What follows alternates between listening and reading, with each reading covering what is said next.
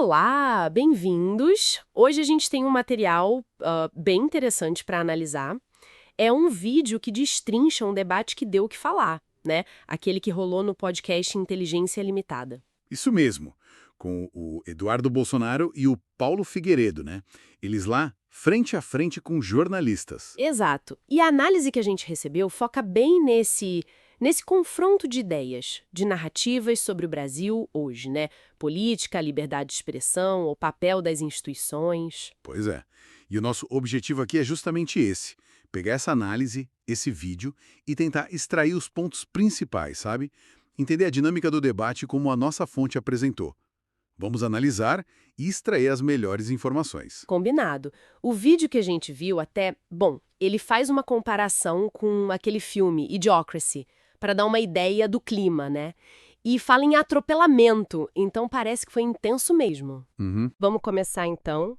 Pelo que a análise aponta, logo no começo, o Paulo Figueiredo já puxou um assunto pesado: sanções dos Estados Unidos. Sim, ele menciona isso. E, ele até diferencia, né? Fala de tarifas, vistos que poderiam ser cancelados para parlamentares e até as sanções Magnitsky. Ah, as Magnitsky. Aquelas mais ligadas a direitos humanos, corrupção, né? Exatamente. E o vídeo ainda bota um contexto.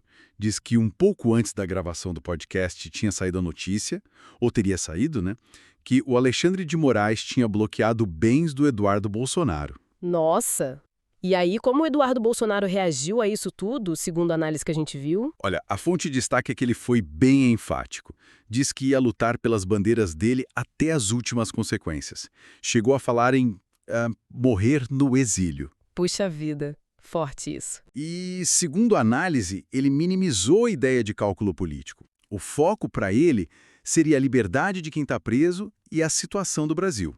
Aí ele compara de novo, né? Cuba, Venezuela. Entendi. E ele menciona o Trump também, né? Menciona. O vídeo diz que ele acredita o Trump uma virada nesse cenário internacional, uma ajuda. Falando em Bolsonaro, a análise também entra bastante na defesa que o Eduardo faz do pai do Jair Bolsonaro. Como que o vídeo apresenta esses argumentos? Bom, o vídeo mostra o Eduardo batendo na tecla da falta de devido processo legal. Certo. Aquela coisa do direito à defesa, né? Provas, testemunhas. Isso. Ele reclama que testemunhas não foram ouvidas, que os prazos foram curtos e questiona, assim, a própria competência do STF para julgar o pai. E a ligação com o 8 de janeiro? Ele nega, né? Argumenta que não tem nexo causal, essa ligação direta. Lembra que o pai estava nos Estados Unidos na época. A análise também cita críticas que ele fez ao TSE, lá no caso do voto impresso. E as Forças Armadas? A análise toca nesse ponto também. Toca, sim. O vídeo que a gente viu dá um destaque para o Paulo Figueiredo questionando se as Forças Armadas são independentes mesmo. E qual o argumento dele? A análise descreve que ele basicamente diz que o Alexandre de Moraes controlaria os militares. E para provar isso, ele cita, segundo a fonte, a nomeação do general Tomás para o comando do Exército. Ah, ele disse que previu isso, né? Isso, que tinha previsto. E também fala de prisões de oficiais que ele chama de expurgo de patriotas. Essa é a expressão que a fonte usa. Entendi. E a liberdade de imprensa, que é o outro tema quente. Como a análise aborda isso? Aborda bastante. O material mostra o Figueiredo listando nomes. Constantino, Fiuza, Alan dos Santos. Sei. E veículos também, né? Terça Livre, Jovem Pan. Exato. Ele diz que essa galera toda sofreu perseguição ou censura. Aí ele faz um contraste com os Estados Unidos, dizendo que lá seria diferente. E tem um caso específico que a análise menciona, né? Da Vaza Toga. Tem sim. A análise diz que ele comentou uma suposta recusa de veículos aqui no Brasil em publicar a continuação da Vaza Toga. Sabe? Aquelas conversas vazadas do judiciário por medo. Medo de retaliação. Nossa. E o clima no debate em si? O vídeo descreve momentos de tensão, de bate-boca? Descreve, fala de atritos claros, sim.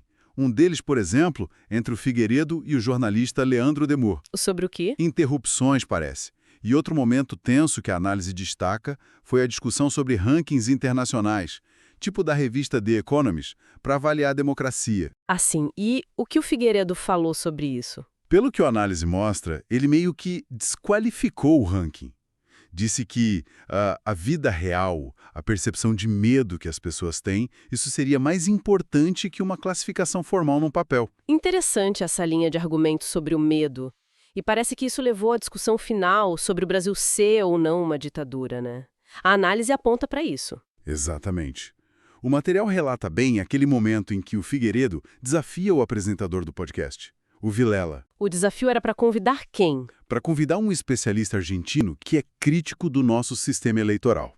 E aí, segundo a fonte, a hesitação do Vilela, tipo pensando nos riscos, Foi interpretada como prova. pela fonte sim, foi interpretada como um checkmate do Figueiredo. A ideia ali seria, tá vendo? O simples medo de convidar já mostra que não tem liberdade. Então fica bem claro que essa análise que a gente destrinchou hoje, ela pinta um quadro de um embate bem forte de visões sobre o Brasil atual, né? Sem dúvida nenhuma, o material que recebemos usa esse debate específico lá do podcast como exemplo, né, para ilustrar esse choque profundo de perspectivas sobre liberdade de expressão, sobre o papel do judiciário, autonomia das instituições e, no fundo, sobre a saúde da nossa democracia mesmo. É uma polarização muito visível e narrativas que parecem, nossa, quase impossíveis de conciliar, né? Pelo menos como a nossa fonte descreveu. E isso deixa a gente pensando. Pois é, fica uma reflexão, né? Pensando nesses argumentos todos que a análise levantou, nessa tensão entre, sei lá, um ranking formal e a sensação subjetiva de medo.